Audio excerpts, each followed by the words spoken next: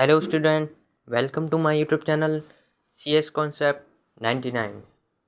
तो फ्रेंड्स, आज मैं आपके लिए लेकर आया हूँ एक बार फिर से AIBE के ऑल इंडियन बार काउंसलिंग एग्जामिनेशन जो होगा उसके टॉप 10 ऐसे क्वेश्चन जो आपने पढ़े होंगे और नहीं पढ़े हैं तो अब पढ़ लोगे इस वीडियो में, जो कि आपके लिए टॉप है। बिल्कुल टॉप का मतलब समझते हो ना, बिल्कुल हाई है, जो उसके ऊपर एक तरीके बहुत कुछ नहीं है उसके ऊपर, यानी कि बहुत ही ज़्यादा इंपॉर्टेंट क्वेश्चन है। ये आपको वीडियो जरूर देखनी है, फुल वॉच करनी है रिवीजन के तौर पर। इस वीडियो को एक बार रिवाइंड करके फास्ट करके जरूर देखना। अगर आप फास्ट करना नहीं जानते हैं तो ऊपर देख लेना, वहाँ पर 3 डॉट बना हुआ होगा, उस पर क्लिक करना। उस पर क्लिक करके एक यहाँ पे स्पीड करके सेक्शन आ जाएगा, उस पर क्लिक करके यहाँ पे 2x वाले पे क्लिक कर देना, उससे आपकी वीडियो फास्ट हो जाएगी। और अगर आप जैसे फास्ट करके वीडियो देखोगे तो रिवीजन के तौर पर ही देखना फास्ट करके, क्योंकि अगर आप शुरू से फास्ट करके देखोगे तो आपके समझ में कम आ सकता है। और यहाँ पे मैं आपके लिए 10 ऐसे क्वेश्चन बताऊंगा जो कि आपके लिए बहुत ही ज़्यादा इंपॉर्टेंट होंगे, और बाकी जो मैंने वीडियो है वो बना चुका हूँ, वो आप जाकर वॉच कर लेना, जिसमें मैंने टॉप 21 भी बताए हैं, किसी में टॉप 10 भी बताए हैं, और यानी कि इस टाइप के बहुत ही ज़्यादा क्वेश्चन बताए हैं जो कि अगर आप पर डे केवल एक वीडियो देखेंगे तो आपके कम से कम मैं मानता हूँ कि 100 से ज़्यादा क्वेश्चन तो तैयार हो जाएंगे जब तक आपका पेपर आएगा तब तक, अभी से। ठीक है, तो इसलिए वीडियो को लगातार वॉच करते रहना और डेली की वीडियो को वॉच करना, और एक जने को ये वीडियो सेंड जरूर कर देना जिसको इसकी आवश्यकता हो। जैसे आपका कोई दोस्त हो, आपका कोई रिश्तेदार हो जो कि कहते हैं AIB लॉ संबंधित या फिर आगे आने वाली जो जितनी भी परीक्षाएँ हैं, लेखपाल हैं और ये जितनी भी आती हैं सरकारी नौकरियाँ, उनकी तैयारी करना चाहे तो ये चैनल उसे सेंड कर देना। इस चैनल पर वो सारी चीज़ें प्रोवाइड होंगी जो वो चाहता है, यानी कि जिस कॉम्पिटिशन की जितनी भी तैयारी कराई जाती हैं वो सब इस पर कराई जाएंगी विद MCQ, और वो भी हिंदी में। तो चलिए वीडियो को स्टार्ट करते हैं। तो यहाँ पे हमारे जो पहला क्वेश्चन कहता है कि ए ने अपनी पत्नी और, यानी कोई एक व्यक्ति है ए, ठीक है। यहाँ पे ये क्वेश्चन को समझना, जैसे ये मोस्ट इंपॉर्टेंट है, ये बहुत ही ज़्यादा, ये पिछले मैंने वीडियो बनाई है उसमें भी ये क्वेश्चन आया है, बस थोड़ा बदल जाता है कि उसमें उसकी पत्नी ने पति की हत्या करके यानी कि आत्मसमर्पण किया था, इसमें यानी ए ने अपनी पत्नी यानी पति ने पत्नी और बच्चों की हत्या करके, यहाँ पे ये बच्चे सम्मिलित हैं इसमें, उसमें वो नहीं था। तो फिर ये यानी क्वेश्चन उससे मिलता जुलता है, इंपॉर्टेंट है, इसलिए बार बार रिपीट होता रहता है। तो यहाँ पे ये कहता है कि ए ने अपनी पत्नी और, यानी कोई एक व्यक्ति है जिसका नाम है ए, उसने अपनी पत्नी और अपने 2 बच्चों की हत्या कर पास के पुलिस स्टेशन में जाकर आत्मसमर्पण कर दिया और जुर्म कबूल कर दिया उसने, यानी कि उसने सरेंडर कर दिया। यह बयान अदालत में ए के खिलाफ सबूत के रूप में स्वीकार है, यानी कि उसने जो आत्मसमर्पण किया है, जो उसने आत्मसमर्पण कर दिया वो अदालत में ए के खिलाफ है, जबकि आत्मसमर्पण करना यानी कि सरेंडर कर देने से तो जो आरोपी है उसकी सज़ा कम होती है, लेकिन ये तो उसके और खिलाफ है। अब खिलाफ क्यों है? तो यहाँ पे 4 ऑप्शन दे रखे हैं और रूल यही है कि आपको 4 ऑप्शनों में से एक यानी एक ऑप्शन को तैयार करना है कि आपका क्या राइट है, ABCD, और फिर मैं बताऊंगा कि आपका जो आंसर है वो राइट होगा या नहीं। तो इससे आपका कॉन्फिडेंस भी बढ़ेगा और आपकी यानी कि बहुत सारी तैयारी होती है। तो चलिए यहाँ पे जो पहला ऑप्शन कहता है उसमें कहता है ए का व्यक्तित्व अभी स्वीकार, यानी ये स्वीकार्य है जब यह पुलिस उपाध्यक्ष, यानी कि तभी स्वीकार होगा जब ये पुलिस उपाध्यक्ष यानी कि ऊंचे पद वाले पुलिस वालों को दिया जाता, यानी कि इसलिए स्वीकार नहीं हुआ क्योंकि उसने छोटे पुलिस वालों को दिया, क्योंकि पुलिस तो पुलिस है ना, छोटे वाले पुलिस को सरेंडर किया गया, बड़े वाले पुलिस को। और यहाँ पे बी में कहता है कि ए का बयान अस्वीकार है। अस्वीकार क्यों है? क्योंकि यह पुलिस की हिरासत में था, ये पुलिस की हिरासत में था, जबकि स्वीकारोक्ति की गई है, यानी वो पुलिस ने उसे अरेस्ट कर लिया, उसके बाद उसने स्वीकार किया। तो अब अरेस्ट करने के बाद स्वीकार करना क्या है? और यहाँ पे ये कहता है कि सी में कहता है कि एक बयान, यानी कि ए का बयान स्वीकार है क्योंकि यह स्वैच्छिक स्वीकारोक्ति थी और पुलिस ने कोई बल नहीं दिया था, यानी कि इसमें ये कहा है कि पुलिस को कोई बल नहीं देना पड़ा और उसने खुद ही सरेंडर कर दिया। और डी में कहता है कि ए का बयान स्वीकार है क्योंकि ए को गिरफ्तार नहीं किया गया था और जब स्वीकारोक्ति की गई तो वह पुलिस की हिरासत में था, यानी कि गिरफ्तार नहीं किया और पुलिस की हिरासत में भी था। ऐसा कैसे हो सकता है? और तो आप लोगों ने इसमें से एक आंसर सोच रहे हैं ना, ABCD, क्या आपको कौन सा लगता है? तो मैं आपको बताता हूँ इसका जो राइट आंसर हो जाएगा कौन सा हो जाएगा। आप लोगों ने सोच लिया हो, कमेंट कर देना ABCD। मैं आपको बताता हूँ इसका जो राइट आंसर हो जाएगा वो हो जाएगा ऑप्शन नंबर डी। ए का बयान अस्वीकार है। अरे यार जाहिर सी बात है ना, अस्वीकार है तभी तो उसके खिलाफ कितने कार्रवाई चल रही है। देखो तभी तो ये बयान ए के खिलाफ, ये ए के खिलाफ सबूत के रूप में स्वीकार किया गया। ए के खिलाफ यानी कि उसका जो बयान था वो स्वीकार किया ही नहीं गया है। ए का बयान अस्वीकार है, बस इतनी सी लाइन देखो और टिक लगा दो, और किसी में अस्वीकार किया ही नहीं गया है, बाकी सब में स्वीकार किया गया। स्वीकार किया गया होता तो उसके खिलाफ बयान क्यों चलता। ठीक है, नेक्स्ट क्वेश्चन को बढ़ते हैं। तो यहाँ पे कहता है कि सामान्य खंड अधिनियम 1897 यह प्रावधान करता है, यानी कि क्या प्रावधान करता है। यहाँ पे 4 ऑप्शन दे रखे हैं। और फ्रेंड्स हमारा जो चैनल है वो 500 सब्सक्राइबर के बहुत ही ज़्यादा निकट है, यानी बहुत ही ज़्यादा करीब है, बिल्कुल ही बस जड़ पर पहुँच गया है। बस आप चैनल को सब्सक्राइब कर देना और हमारे जल्द से जल्द 500 सब्सक्राइबर की फैमिली पूरी कराएं। उसके बाद में हमारा टारगेट होगा 1K का। ठीक है, 1K का हमारा टारगेट बन जाएगा तो उसको भी पूरा कराना आपको। ये इसमें हाँ, तो इस तरीके से रहेगा। तो ठीक है, आप यानी कि सब्सक्राइब कर देना और किसी एक व्यक्ति को सेंड भी कर देना। तो यहाँ पे ये पहले क्वेश्चन में, यानी दूसरे क्वेश्चन में ये कहता है कि सामान्य खंड अधिनियम 1897 एक यह प्रावधान करता है। और इसमें 4 ऑप्शन दे रखे हैं, इनमें से हमें राइट आंसर बताना है। और मैं आपको एक चीज़ और बता दूँ, जो भी आप यानी कि ये क्वेश्चन वगैरह तैयार करते हैं उसमें आपको कुछ चीज़ों का ध्यान रखना होता है। ऑप्शन नंबर यानी क्वेश्चन नंबर ये होता है जिसकी आपको क्या ध्यान रखना है, उसका क्वेश्चन जितना ज़्यादा लेंथी होगा वो उतना ही ज़्यादा आने के चांसेस रहते हैं। और दूसरा, जिसमें जितनी ज़्यादा सन, आर्टिकल, धारा वगैरह ये चीज़ें होंगी उसे ज़्यादा ही ज़्यादा यानी इम्पोर्टेंट की श्रेणी में रखा जाता है।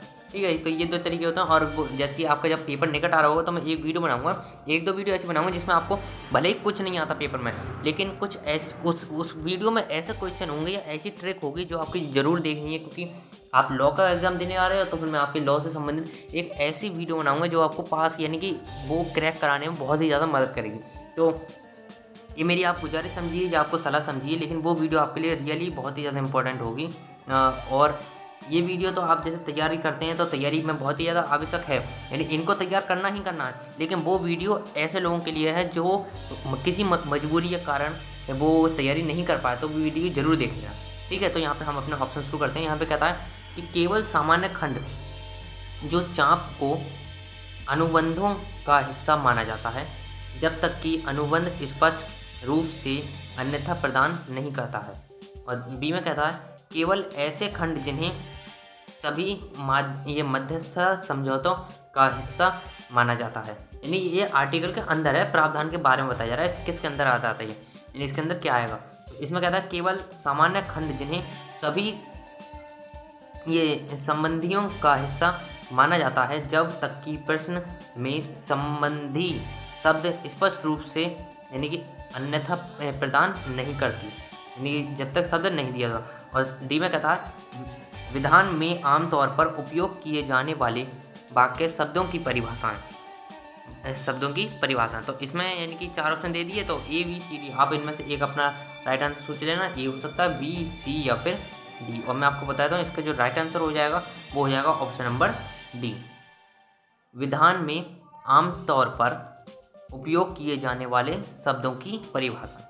ठीक है, तो धारा अधिनियम की ये प्रावधान के अंतर्गत आता है। ठीक है, और अगर आप इसका पीडीएफ चाहते हैं ना, पीडीएफ, तो मुझे कोई एक ही व्यक्ति, यानी कि मैं ज़्यादा नहीं कहूँगा, कुछ कमेंट कर दें, जैसे 5 कमेंट कर दें मुझे कि पीडीएफ चाहिए, तो मैं आपके लिए पीडीएफ भी इसके पीडीएफ विद आंसर के साथ वो एनरोल करा दूंगा। कहीं पे मैं कोई साइट वगैरह बता दूंगा, टेलीग्राम साइट, इंस्टाग्राम वगैरह वगैरह ऐसी साइट बता दूंगा जिस पे जाके आप वहाँ से पीडीएफ भी जो हैं वो प्राप्त कर सकते हैं।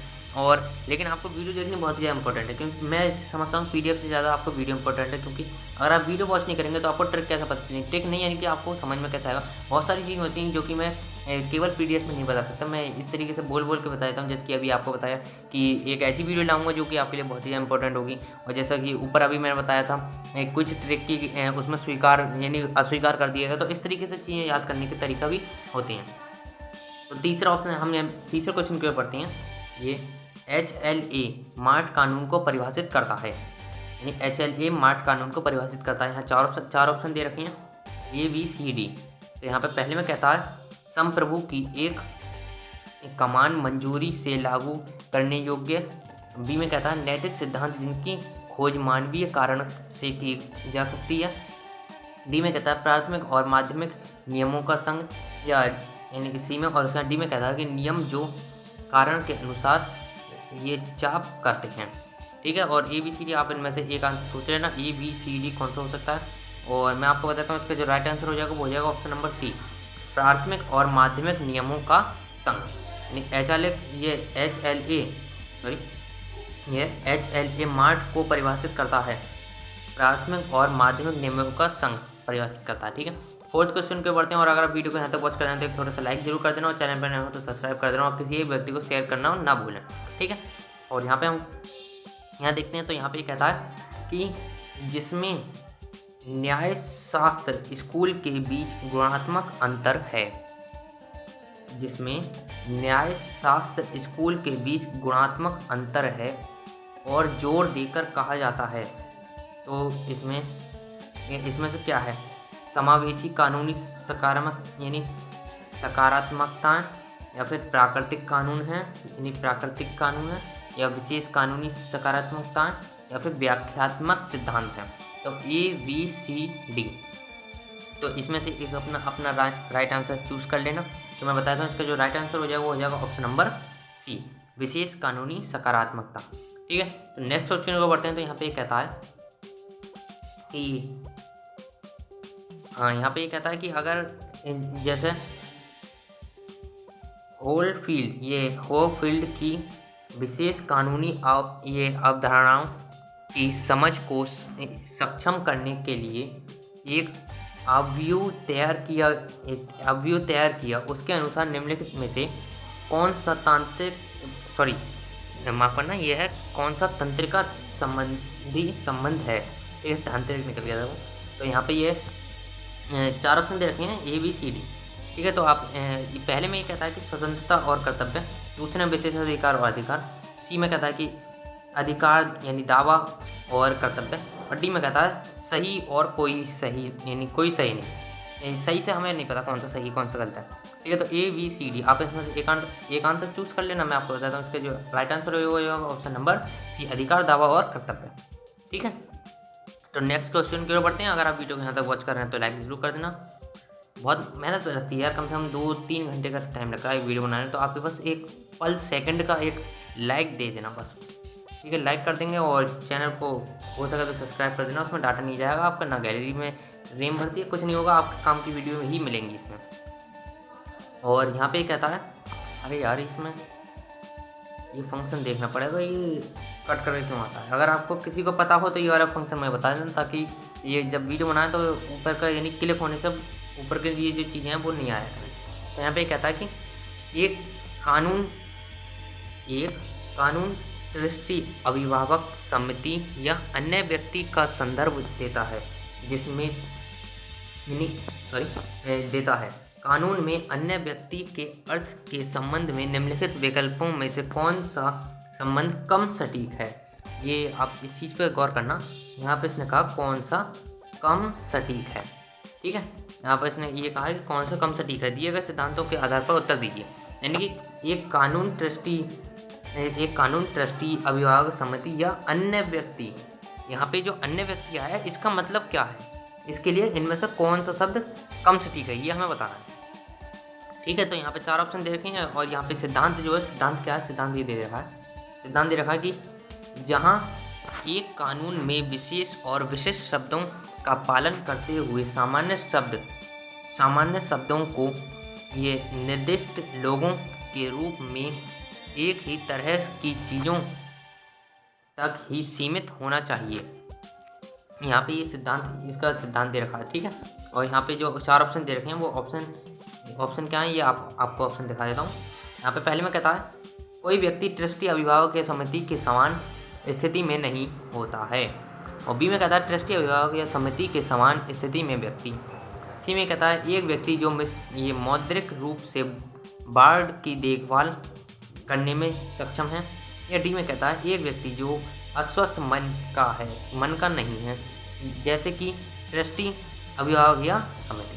तो ABCD, तो आप इसका राइट आंसर सोच के रख लेना, जो आपको राइट लगता है। मेरा राइट कहने का मतलब है जो आपको राइट लगता है वो वाला आंसर सोच के रखना। तो मैं आपको बताता हूँ इसका जो रियली राइट आंसर होगा वो हो जाएगा ऑप्शन नंबर ए। कोई व्यक्ति ट्रस्टी अभिभावक या समिति के समान स्थिति इनकी स्थिति में नहीं होता है। तो यहाँ पे हम चलते हैं अपने 7 क्वेश्चन की ओर। तो मैं फिर से कहता हूँ, अगर आप वीडियो को वॉच कर रहे हैं तो यहाँ ये लाइक ज़रूर कर देना, ठीक है। और यहाँ पे ये कहता है कि पेशेवर नैतिकता पेशेवर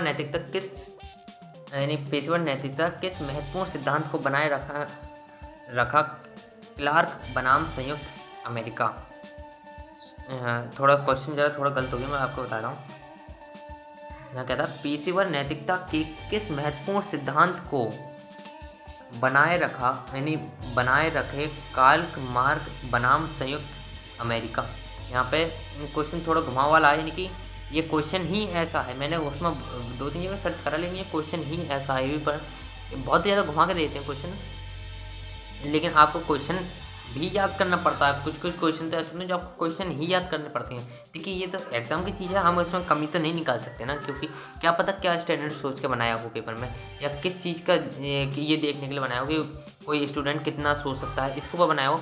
तो इसकी हम कमी नहीं निकालते हैं, आपको क्वेश्चन भी याद रखना होगा। पेशेवर नैतिकता के किस महत्वपूर्ण सिद्धांत को बनाए रखने के लिए कार्ल बनाम संयुक्त राज्य अमेरिका। अब कैसे कहें, ऐसे ये समझ नहीं आता। महत्वपूर्ण सिद्धांत को बनाए रखा क्लार्क संयुक्त अमेरिका। अब यहाँ पे 4 ऑप्शन दे रखे हैं, मैं आपको ऑप्शन बता देता हूँ। ऑप्शन ए में कहता है एक अधिवक्ता को ये मुकीबल यानी कि मुवक्किल के हित को बनाए रखना चाहिए, चाहे उसकी व्यक्तिगत राय क्या हो। और बी में कहता है कि एक अधिवक्ता को सगाई के दौरान उसे किए गए किसी भी संरचना की गोपनीयता बनाए रखनी चाहिए। और सी में कहता है कि यदि कोई अधिवक्ता अवैध उद्देश्य को आगे बढ़ाते हुए कोई संचार करता है तो कोई अधिवक्ता सूचना का खुलासा कर सकता है। डी में कहता है कि एक अधिवक्ता को मुकदमा को भड़काने से बचना चाहिए, यानी अधिवक्ता को मुकदमा से भड़काने से बचना चाहिए। तो 4 ऑप्शन दे रखें ए बी सी डी। तो आप अपना राइट आंसर सोच के रखना। मैं आपको बताता हूँ इसका जो राइट आंसर हो जाएगा वो हो जाएगा ऑप्शन नंबर ए। बिल्कुल नहीं है, इसका आंसर है ऑप्शन नंबर सी, ठीक है। यदि कोई अधिवक्ता अवैध उद्देश्य को आगे बढ़ाते हुए कोई संचार करता है तो कोई अधिवक्ता सूचना का खुलासा कर सकता है। और हम अपने 8th क्वेश्चन की ओर बढ़ते हैं। यहाँ पे कहता है निम्नलिखित में से कौन सा बयान एक अधिवक्ता के अंशकालिक रोजगार के बारे में नियम के बारे में सटीक है, यानी इसमें पूछा कौन सा सटीक है। तो आप ये इसके क्वेश्चन मैं बताता हूँ। जैसे ऑप्शन में ये में कहता है कि किसी अधिवक्ता के अंशकालीन रोजगार की अनुमति बिल्कुल नहीं है। और बी में कहता है कि एक अधिवक्ता संबंधी राज्य की एक बार काउंसिल की सहमति से अंशकालीन रोजगार में लगाया जा सकता है। और सी में कहता है कि अधिवक्ता के मुवक्किल अधिवक्ता के अंशकालीन रोजगार की गरिमा को स्वीकार करते हैं। और डी में कहता है कि अधिवक्ता के मुकव्विल अंशकालीन रोजगार लेने के लिए अधिवक्ता के चयन से सहमत हैं। तो ए बी सी डी। तो आप इनमें से एक अपना राइट आंसर सोच के रखना। ये हो सकता भी तुक्का मारिए, यहाँ पे कोई आपका टेस्ट नहीं हो रहा, लेकिन आपको याद रखना है। और आप कमेंट कर देना, तुक्का भी मत मारिए, आप सिर्फ ए बी सी डी जो आपका मन कर रहा है वो कमेंट कर दो बस। तो मैं आपको बता दूँ इसका जो राइट आंसर हो जाएगा वो हो जाएगा ऑप्शन नंबर बी, ठीक है। इसका जो राइट आंसर हो जाएगा वो हो जाएगा ऑप्शन नंबर बी। एक अधिवक्ता संबंधी राज्य की बार काउंसिलिंग की सहमति से अंशकालीन रोजगार में लगाया जा सकता है, ठीक है। तो हम अपने 9 क्वेश्चन के ऊपर बढ़ते हैं। और अगर आप वीडियो को यहाँ तक वॉच कर रहे हैं तो एक वीडियो को एक लाइक तो यार जरूर कर देना, ठीक है। और यहाँ पे इसमें ये कहता है 9 क्वेश्चन है, तो इसमें ये कहता है कि बार काउंसिलिंग ऑफ इंडिया यानी कि AIB bar council of India द्वारा कानूनी पेशे को शुरू करने की इच्छा रखने वाले व्यक्तियों पर बार काउंसिलिंग के नियमों पर लगाए गए रोजगार पर प्रतिबंध हैं। तो ये आपके लिए मोस्ट इम्पॉर्टेंट यानी कि वेरी वेरी इंपॉर्टेंट आपके लिए ये क्वेश्चन है, क्योंकि बार काउंसिलिंग ये जिसका एग्ज़ाम है उसी इसमें जिक्र किया गया है तो इस क्वेश्चन को आपको ज़रूर ही याद करना और इस क्वेश्चन को आपको ज़रूर सेंड करना किसी व्यक्ति को, ताकि उसका भी इस क्वेश्चन से भला हो सके। यानी ये वीडियो तो आपको जरूर सेंड करनी हो सके, ठीक है। तो यहाँ पे ये कहता है कि यानी 4 ऑप्शन दे रखे हैं, इनमें से ABCD, तो उपरोक्त सभी भी है इसमें। और जाहिर सी बात है, मैंने आपको कितनी बार बताया, यानी कि कितनी बार मैंने आपको सलाह दी है कि अगर कहीं उपरोक्त सभी हो या उपरोक्त में से कोई नहीं हो तो आपको कुछ समझ में ना आए तो यही D आंसर लगा दो, उपरोक्त सभी या उपरोक्त में से कोई नहीं, क्योंकि ये उपरोक्त सभी और उपरोक्त में से कोई नहीं सिर्फ उन्हीं में दिया जाता है जिसमें 99% चांस होते हैं कि इसका आंसर ये ही हो। तो मैं आपको बताता हूँ, इसका जो राइट आंसर है वो है ऑप्शन नंबर D, उपरोक्त सभी। अब लेकिन उपरोक्त सभी क्यों है, तो यहाँ पे इसमें क्या क्या आता है, क्योंकि ये है ना, पेपर में तो कुछ भी आ सकता है। पेपर में हो सकता है ये उपरोक्त सभी ना दे और इनमें इन तीनों में से कोई एक ही रखे, तो इनमें से कौन सा कथन सही है, तो ऐसे करके बहुत सारी चीज़ें पूछ लेता है। तो यहाँ पे ए में कहता है वे व्यक्तिगत रूप से किसी भी व्यवसाय में शामिल नहीं हो सकते, लेकिन वे एक फर्म में स्लीपिंग पार्टनर हो सकते हैं। ये AIV के व्यक्तियों के लिए है जो AIV क्रॉस करते हैं, AIV वाले। और बी में कहता है व्यवहार में लगे रहने के दौरान वे किसी भी व्यक्ति, सरकारी फर्म, निगम या चिंता के पूर्णकालीन वेतन भोगी कर्मचारी नहीं हो सकते। यानी सरकारी पेंशन, वो जहाँ तक इसका मतलब यही लग रहा है मुझे, ये सरकारी फर्म, निगम, चिंता, पूर्णकालीन का मतलब होता है ये पेंशन आना है, तो पूर्णकालीन वेतन भोगी यानी कि पेंशन नहीं ले सकते, इसका अर्थ मुझे ये लगा। और इसी में कहता है कि वे राज्य की बार काउंसिलिंग को सूचित किए बिना कोई रोजगार नहीं ले सकते जिसके रोल पर उनका नाम दिखाई देता है। यानी कि ऐसा कोई भी क्या कहते हैं काम नहीं कर सकते बिना बार काउंसिलिंग की इजाज़त के जहाँ पे उनका नाम या उनका आधार कार्ड वगैरह चलता है। और डी में कहता है उपरोक्त सभी। तो जाहिर सी बात है, मैंने आपको बता दिया, पहले बता दिया और अभी बताता हूँ कि इसका जो राइट आंसर हो जाएगा वो जाएगा ऑप्शन नंबर डी, उपरोक्त सभी। तो हमारे अपने चलते हैं लास्ट क्वेश्चन की ओर आज की वीडियो की। और मैं आपको फिर से एक बार याद दिलाता हूँ, मैं केवल याद दिलाता हूँ आपको जो मैंने अभी आपको पढ़ाया।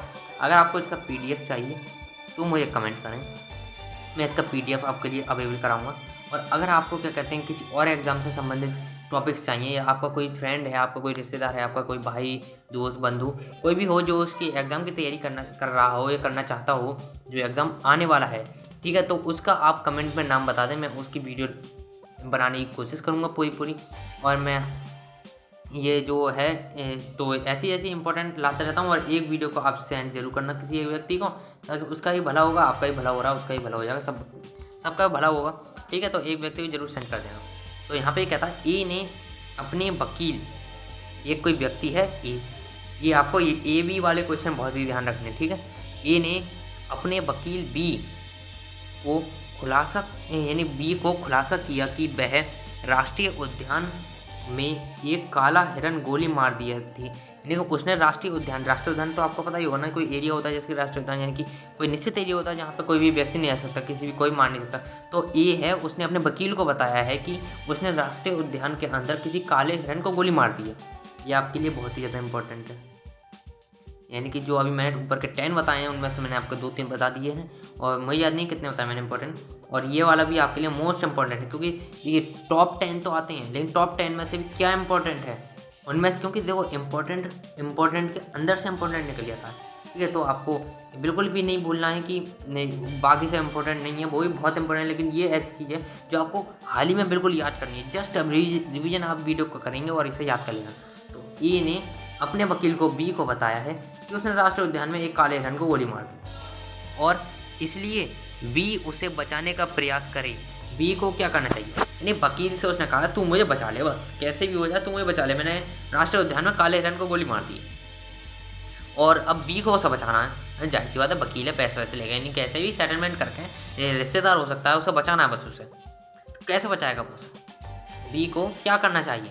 तो B को यहाँ पे 4 ऑप्शन दे रखे हैं कि आपको सुझाव देना। देखो AIB, लॉ, वकील सब एक ही चीज़ होती हैं। तो आप अगर ये बताइए, अगर आप होते उसके लिए तो आप क्या करते, जो आप करते हैं वो इसमें से ऑप्शन में देख लेना, अगर वो आपका मिल जाए तो वो राइट आंसर हो जाएगा, और अगर वो नहीं मिला तो फिर आप इस ऑप्शन को पढ़ना, मैं आपको बता देता हूँ, और अपना जो आंसर है उसे कमेंट कर देना, पहले कमेंट कर देना, ताकि आपकी जो सोच है वो आपकी स्थिर हो जाए कि हमने ये सोचा था तो लेकिन ये सही था, यानी हमने सही सोचा, अगर ये गलत था तो ये गलत क्यों था, इस चीज़ की खोज करें, ठीक है। तो यहाँ पे पहले में कहता है B ने अपराध किया है और उसकी सुरक्षा करना घोर अन्याय होगा।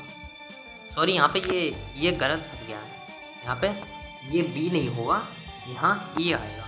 क्या आएगा? क्योंकि ए ने अपराध किया ना, ए ने गोली मारी है। कोई बी तो यार, बी तो वकील है, वकील ने थोड़ी गोली मारी है। ठीक है, तो बी ने अपराध किया, तो ए ने अपराध किया है और उसकी रक्षा करना जायज़ बात है। यानी कि बुरे व्यक्ति को शरण देना बुरा होता है, माफ़ करना है। हाँ ठीक है। और यहाँ पे ये कहता है कि ए का बी के प्रति प्रकटीकरण और अधिवक्ता और एक ग्राहक के बीच संचार को दिए गए विशेषाधिकार के तहत पेशेवर संरचना होगा और बी को इस जानकारी का खुलासा करने से बचना होगा। यानी कि जाहिर इसमें कुल ये कहा है कि ए और बी एक दूसरे के प्रति पूरी तरह प्रकट हैं। दोनों ने अपने यानी कि अपनी जो कहें तो जितनी बातें हैं ए ने खोल के रख दी उसके सामने बी के सामने। तो अब बी यानी ए ग्राहक बन के आया उसके पास कि तू मुझे बचा ले, बी से कहा, तो बी को उसे बचाना चाहिए, जानकारी खुलासा करने से बचना है, उसे जानकारी ना खुले ये करना है, क्योंकि ग्राहक की सेवा करना ही दुकानदार का धर्म है। उसी तरह जो भी व्यक्ति आता है उसे बचाना ही वकील का कर्म है। तो यहाँ पे इसका यानी बी का मतलब ये है। और सी में कहता है ए को बी को प्राधिकारियों को स्वीकार करने की सलाह देनी चाहिए। यानी कि जो उन्होंने अपराध किया उसे स्वीकार कर लो, बी ये सलाह देगा या तो, या फिर ये उपरोक्त में से कोई नहीं। अब मेरे हिसाब से 10-15 लोग ये सोच रहे होंगे कि इसका जो राइट आंसर होगा ऑप्शन नंबर डी होगा, केवल 10%। लेकिन 85% ये सोच रहे होंगे कि इसका आंसर बी होगा। ठीक है, और जो थोड़े बहुत भी जो बचे वो ये सोच रहे होंगे इसका आंसर ए होगा। तो आप ए बी सी डी जो भी आपको लगता हो, मैं कह रहा हूँ ए बी सी डी जो आपको लगा अभी के अभी कमेंट कर दें उसमें, बिल्कुल हाल ही में कमेंट कर दें कि ए हो सकता है, बी हो सकता है, सी हो सकता है, डी हो सकता है, और तभी मैं आपको इसका आंसर बताता हूँ ए बी सी डी क्या होगा। कमेंट कीजिए आप। कमेंट कर दिया? मैं आप पे विश्वास है कि आप लोगों ने कमेंट कर दिया होगा। ठीक है, तो मैं आपको बताता हूँ इसका जो राइट आंसर कौन सा होगा। तो आप लोगों ने कमेंट कर दिया है तो मैं आपको बताता हूँ कि इसका जो राइट आंसर है वो है ऑप्शन नंबर बी। दो दुकानदार और ग्राहक वाला ही वो है इसमें सवाल जवाब कि दुकानदार को ग्राहक की मदद करनी, जाहिर सी बात है। उसी तरह वकील को जो व्यक्ति आया उसकी मदद करनी, खुलासा होने से बचाना है। ठीक है, तो यहाँ पे हमारे टॉप 10 क्वेश्चन खत्म हो चुके हैं। अगर आपको इसके PDF चाहिए तो कमेंट में PDF, ठीक है, ये कमेंट कर देना। और अगर आपको जैसे कि और भी किसी टाइप के कंपटीशन की वीडियो चाहिए तो वो बता देना, और चैनल को सब्सक्राइब कर देना और वीडियो को लाइक भी कर देना। यार 3 घंटे लगे हैं वीडियो को बनाने में, पूरे एक वीडियो बनाने में मुझे कम से कम आधा घंटा लगता है। देख ही सकते हैं आप, ये आधे घंटे के आसपास वीडियो हो चुकी है। मैं देख रहा हूँ कि ये 30 मिनट की वीडियो हो गई है, और 30 यानी 27 मिनट की, और 27 मिनट के बाद मुझे कम से कम 20 मिनट लगते हैं वीडियो एडिट करने में, थंबनेल वगैरह बनाने में, और मैंने बहुत टाइम हो जाता है। इसलिए वीडियो को एक लाइक ज़रूर कर देना, और चैनल पर नया हो तो चैनल को सब्सक्राइब कर देना। किसी व्यक्ति को इस चैनल की जरूरत हो तो उसको शेयर भी कर देना। मिलते हैं नेक्स्ट वीडियो में ऐसी टॉप मोस्ट इंपॉर्टेंट क्वेश्चन के संग, प्रीवियस पेपर के संग, और मैं आपके लिए एक मॉडल पेपर भी लेके आऊँगा जो आपके लिए बहुत ही जल्द इस चैनल पर प्रोवाइड होने वाला है। और एक नहीं, मैं उसमें आपके लिए जहाँ तक है उस मॉडल पेपर में आपके 25 क्वेश्चन रखूँगा जो केवल मॉडल पेपर है। अगर आप उसका आंसर चाहते हैं तो मैं उसका आंसर डिस्क्रिप्शन बॉक्स में लिंक दे दूंगा उसका भी, यानी कि उसके डिस्क्रिप्शन बॉक्स में केवल आंसर दे दूंगा। ठीक है, तो उस मॉडल पेपर को डाउनलोड कर लेना। मिलते हैं नेक्स्ट वीडियो में। जय हिंद, जय भारत।